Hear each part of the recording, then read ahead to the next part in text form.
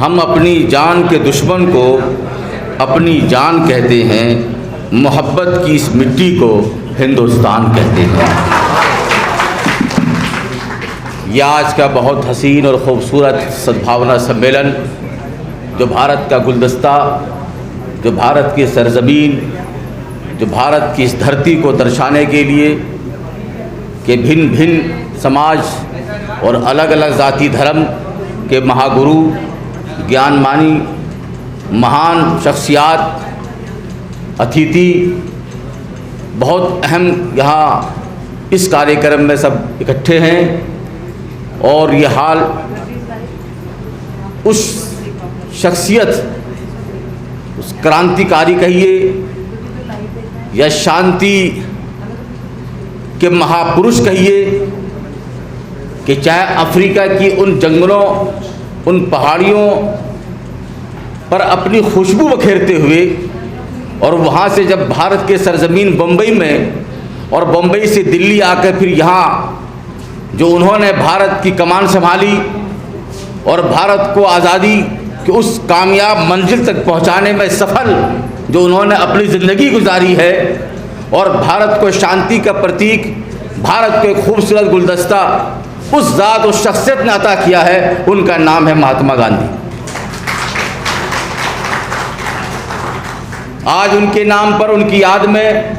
उनके स्थान पर, उनके सम्मान में मौलाना गुलाम सरवर साहब और आपकी तमाम टीम और जितने भी साथी बहनें हैं और जितने ज्ञानमान और यहाँ महान अतिथि उपस्थित हैं, उनकी मौजूदगी में आज हम सब ने यहाँ एक संकल्प लेना है कि भारत के सरज़मीन को फूलों का गुलदस्ता, वो फूलों की बहार और जहाँ खुशबू आएँ और जहाँ इसको वो चमन, उस राह की तलाश है जिसके लिए हम लोग हमेशा सुबह शाम और रात और दिन उसी में हैरान और परेशान हैं कि आखिर नज़र लगती जा रही है किसकी। जो बात करते हैं समाज को बनाने की या बिगाड़ने की, आज उस पर हमें गंभीरता से गौर करने की ज़रूरत है और भारत को एक बनाने की ज़रूरत है। और यही वजह है जो लोग मुसलमानों और हिंदुओं के बीच में किसी अहम इशूज़ पर, किसी अहम मसले को उठा करके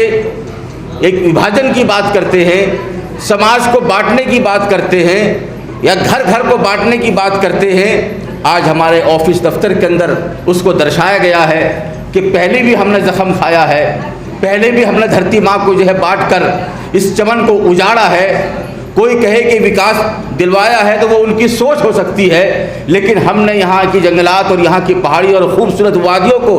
नोचा है, पकड़ करके उनको खरोचा है, उनको ज़ख्म पहुंचाया है। और भारत को बांट के हमने समाज को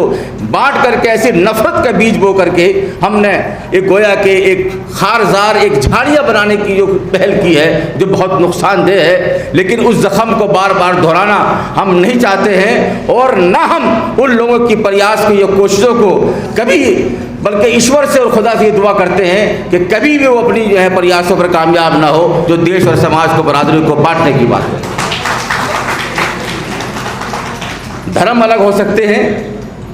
पूरी दुनिया में धर्म को लोग मानने वाले हर जगह आबाद हैं। भारत वो सरजमीन है जहाँ हिंदू भी हैं, आर्य समाज भी, सनातन धर्म भी समाज,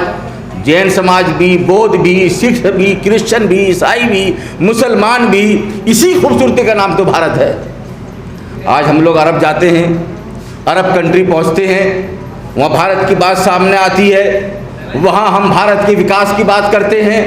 भारत को बनाने की बात करते हैं कि हमारे बीच में कोई लड़ाई झगड़ा नहीं है, बल्कि ये घर घर की कोई बात, किसी बात पर अगर कोई बिगाड़ हो जाए तो हम जंग और लड़ाई नहीं कह सकते, बल्कि घर में किसी बात पर किसी ने है कोई बात कही है, वरना हम भारत के सर को नीचा होना कभी इस बात को गवारा नहीं कर सकते। भारत हमारा कभी, उनका सर कभी नीचा हो जाए, चाहे वो अरब की हसीन वादियों में हो। हम लोग 12 वहाँ जाकर तकरीर करते हैं, अरबी ज़बान में जाते हैं, अरबी ज़बान में बात करते हैं, लेकिन भारत को हमेशा विकास की बुलंदी पर पहुँचाने की वही कोशिश करते हैं और यही प्रयास करते हैं कि जाने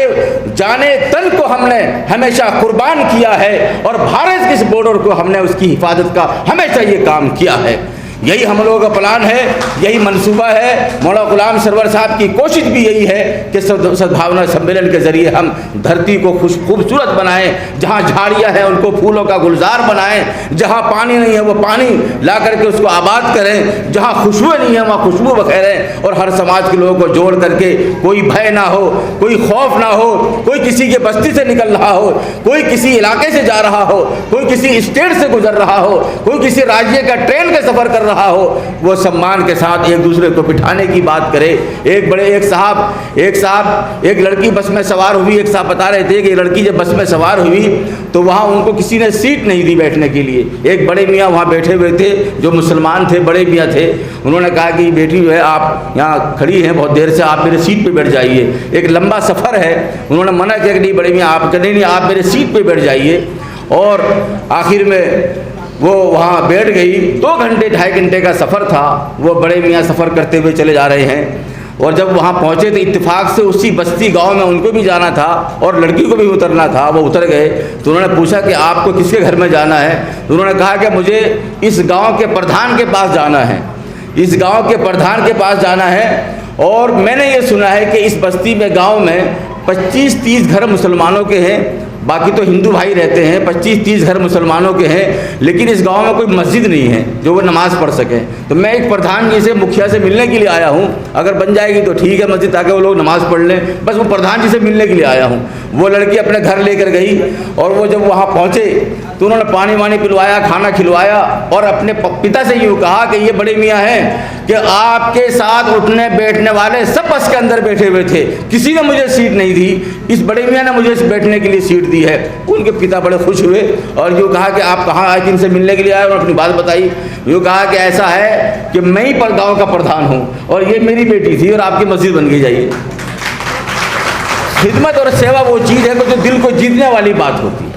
और हमने वो उस शादी के मंजर को भी देखा है बिया को, कि जब एक लड़की कि जब जो है जब कन्यादान का जब समय आता है, जब लड़की विदा होती है, तो हमने ये देखा कि उनके माथे पे तिलक है, वो बगल में बैठे हुए, और उनके बगल में दाढ़ी और टोपी और वो कुर्ता, उनके एक दोस्त बड़े मियाँ बैठे हुए हैं, और बड़े मियाँ की बेटी की आज विदाई का समय है, और उनके बगल में बैठे हुए वो साधु संत या बाबा या उनके जो पंडित, जो उनके दोस्त हिंदू भाई है, जिनके माथे पे तिलक है, उनकी आंखों में भी आंसू है, और जो जिन्होंने तिलक लगा रखे उनकी आंखों में भी आंसू है। उस वक्त देख के ये मंजर जो है मेरी आंखों के सामने ये आया कि बेटी की विदाई का गम, उनके दिल में भी वही बेचैनी और दर्द है, और इनके दिल में भी, दोनों के दिल में एक ही तरह का दिल धड़कता है। इसी का नाम भारत है। बहुत बहुत शुक्रिया। वहाँ कोई समाज में अलग अलग फ़र्क हो सकते हैं, लेकिन घर और समाज पानी पीने और रहने सहने के मामले में आपस में कोई फ़र्क नहीं है। बहुत बहुत शुक्रिया। परेशान होते हैं तो वो